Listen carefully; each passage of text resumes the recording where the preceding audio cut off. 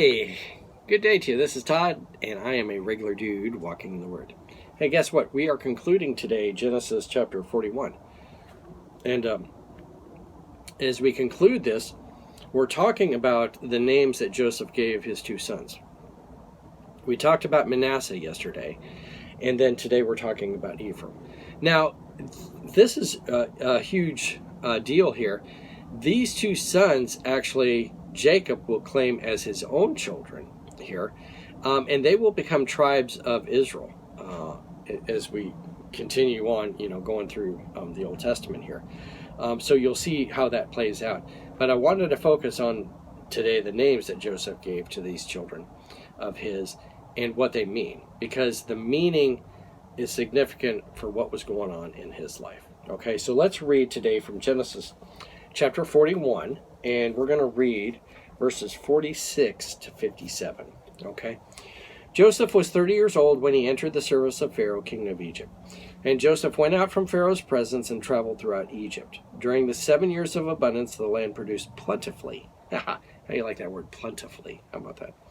Joseph collected all the food produced in those 7 years of abundance in Egypt and stored it in the cities. In each city he put the food grown in the fields surrounding it. Joseph stored up huge quantities of grain like the sand of the sea.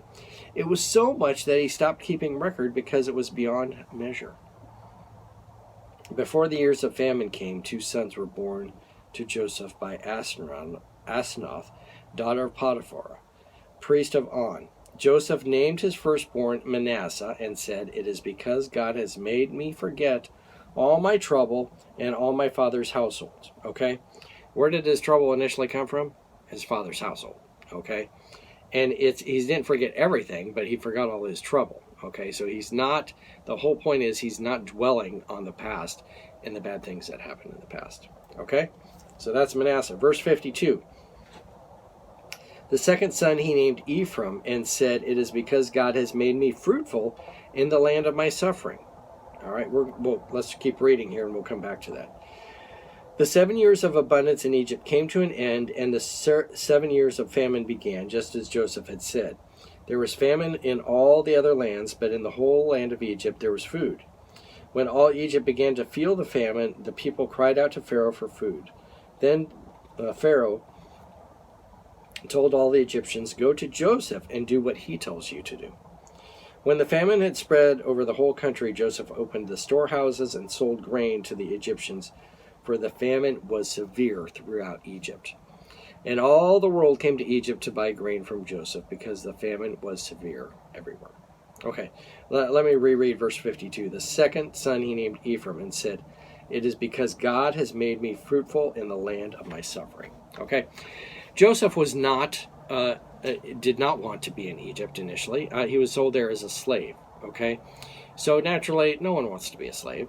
Okay, and so he would be surely wanting to get out of there. And it was a land of suffering. He went there, he was sold to Potiphar, things started to look good for him, and he was there years, okay? I think it was like 10 years he served Potiphar, okay? And while he was there serving Potiphar, all this is helping to grow Joseph. He learned the language, and when his brothers come, he's speaking the language, so fluently that it fools them. Okay, so he knows the language. He knows the customs.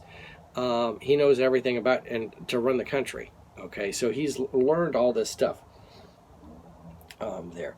So he's served Potiphar, and then he's falsely accused. He ends up in prison.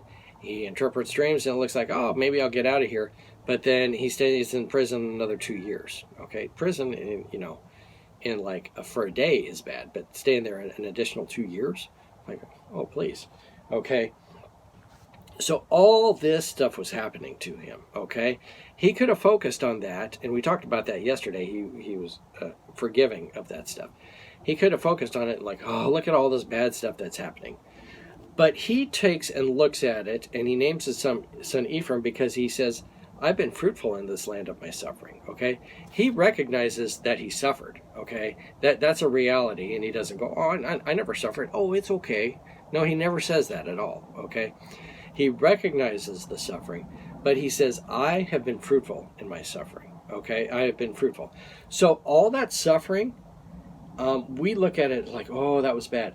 But all that was part of God's plan, and it was developing him as a leader. Okay, we talked about it developed him, learning the language, learning the customs, learning the hierarchy, learning from Potiphar. Okay, and then learning in the prison system. Those were all, it was the royal prison there. So he was learning and dealing with people and so forth and all that stuff. So God had a plan where he was bringing Joseph out, even to the point where it's at the height here, where he is second in command because he's interpreted Pharaoh's dream, but not only interpreted it, he went on to advise, this is what you need to do if you want to save the land. And Pharaoh put him in, second in command. So he's like at the height right there, and he doesn't fall. Okay, he just continues, living there. But he realizes that he's been fruitful in this land of suffering. Okay, and he focuses on that, and he's like, man, look at all this good that's happened to me in this land that I've been suffering, that I didn't initially want to be in here. But look at all this good that's come from it. And we should look at our lives in the same way, not focus on the suffering all the time, but look how God is developing us in that suffering. But then also looking at the fruitfulness that can happen in our lives. And I won't give you specific examples of that. You know examples that can happen in your life, and we can focus on that fruitfulness that has happened in our lives and dwell on that rather than all the bad stuff that's happened to us, and recognize that God is the one that brought that to us. Okay, so hopefully that makes sense with everything here as we conclude Genesis chapter 41. How about that? Thank you for watching. I'm a regular dude walking in the Word, and I look forward to seeing you tomorrow as we continue our journey through Genesis, and we're going to be going into Genesis 42. How about that? Lord's blessing. I'll see you then.